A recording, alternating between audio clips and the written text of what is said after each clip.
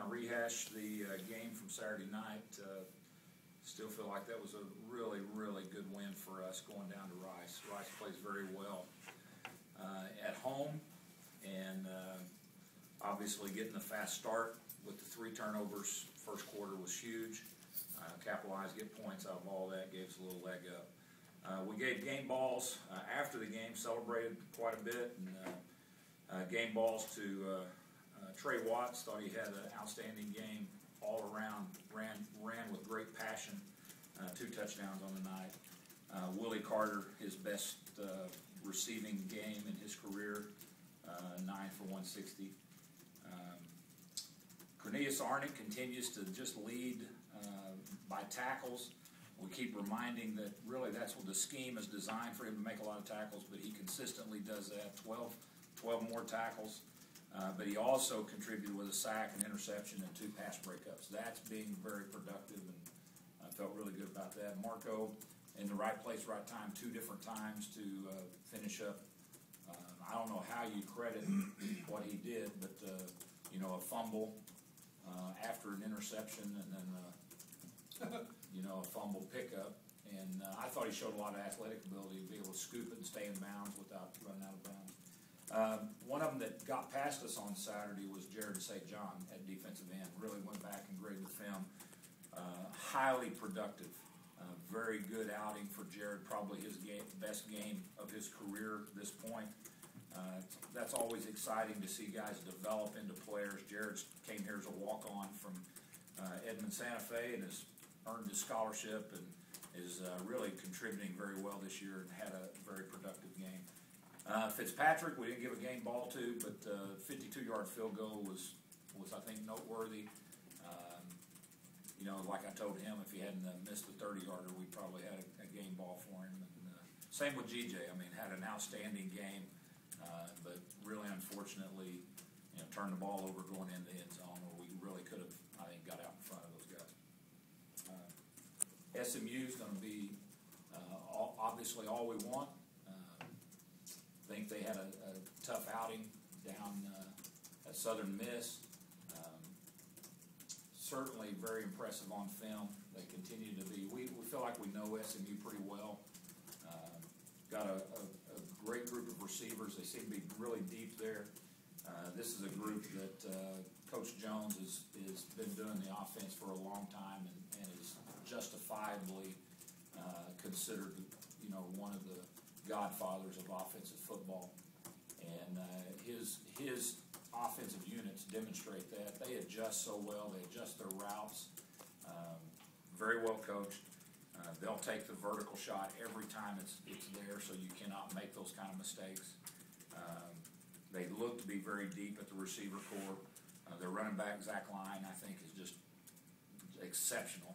He made a believer out of us a year ago, and it's just think he probably demonstrates where that really quiet, unseen yardage is when you get to the stat line at the end of the game, because they throw the ball down the field and do a great job, but he just gets those first downs and breaks tackles and does a great job running the football. Defensively, they're really physical defense up front, play a three-man front. They're one of their defensive ends. Number 8 Thompson is all-conference type player and has been a dominant player for 3 years. Really, really good football player. Jared Davis, outside linebacker, playmaker, comes from the same high school that Willie Carter came from down in Crockett. Those 2 guys, big-time playmakers. They're safeties, very solid. Chris Banjo is one of the best in the league. He's done a great job back there, but I think the guy next to him, Ryan Smith, does a really good job too. And then they create some issues on special teams. Big guy Marcus Hunt, about 6'8", has just a knack for blocking field goals and PATs, and I think it's set. I don't know where his number is right now, but it's some kind of a record that he's done. We're very aware of that, and fortunately, he's gotten a couple of those on us in the past, and so we've got to try to be very aware and be very sound in our kicking game. Questions? How about the rivalry, Bill? Because it's really gotten to be kind of, I don't want to say nasty, but it's certainly, they bring the wood and so will. Yeah, they do, and I think what's really good is that, especially with the transition that Coach Jones has brought, play at a championship level. And the 4 games that I've been involved with have really come down to the wire every time. They've gotten us the last 2, so it's really important for us, I think, to get back on track. But, certainly had opportunities and didn't get it done. Some coaches use past losses, or some coaches sometimes use past losses as motivation. Are you one of those coaches that say, well, they beat us the last 2 years? Is that a motivating factor for your football team? Well, it's hard to use it both ways. If we want to use the past losses, then I got to use the past wins, and I'm not sure this team had a whole lot to do with those things. And so it's important. What I constantly talk about, Eric, is that you have to learn from the past. I mean, every experience that we can learn from somebody else's mistake, somebody else's failure, is an opportunity for us not to have that mistake and failure.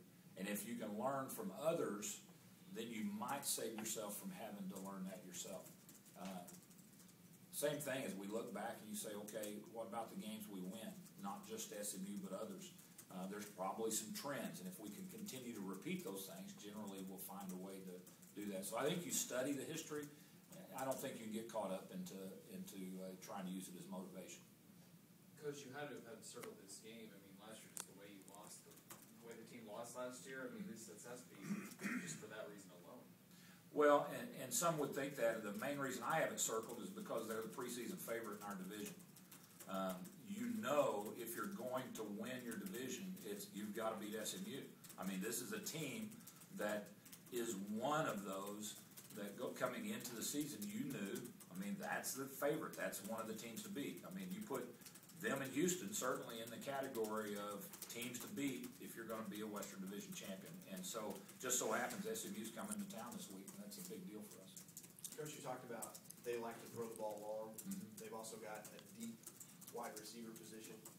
How confident are you on your secondary to hold up the long haul when they can run so many guys out and run so long? Well, I think that's one of the big things we'll work on all week.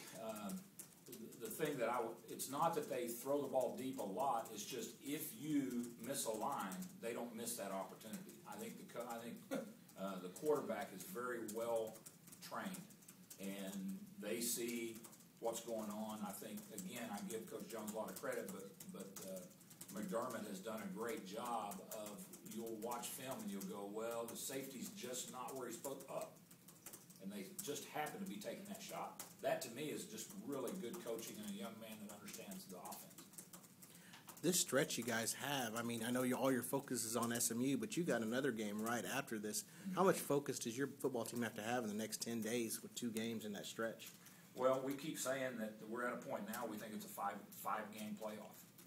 And you've got to see it at that. But the way you can depend on not being around in the playoffs is if you don't play, you're off. So this week is the only game that matters. Coach, how important is it to have this game here at home and the crowd? Yeah, being able to come home, homecoming weekend, ought to be a great crowd, ought to be a lot of folks here. I think it's a great opportunity for our folks to come out and to fill the stadium and to get excited about a great event. This is a game that matters. This is a game that means something. A couple of good football teams, and it just happens to be homecoming, so we ought to get some casual folks as well. But I would think people that really care about football would be here and be loud. The 1991 team is going to be here on campus, at least part of them. How important is that team in the overall history of the school? Well, it was a team that I remember sitting in my living room watching that bowl championship.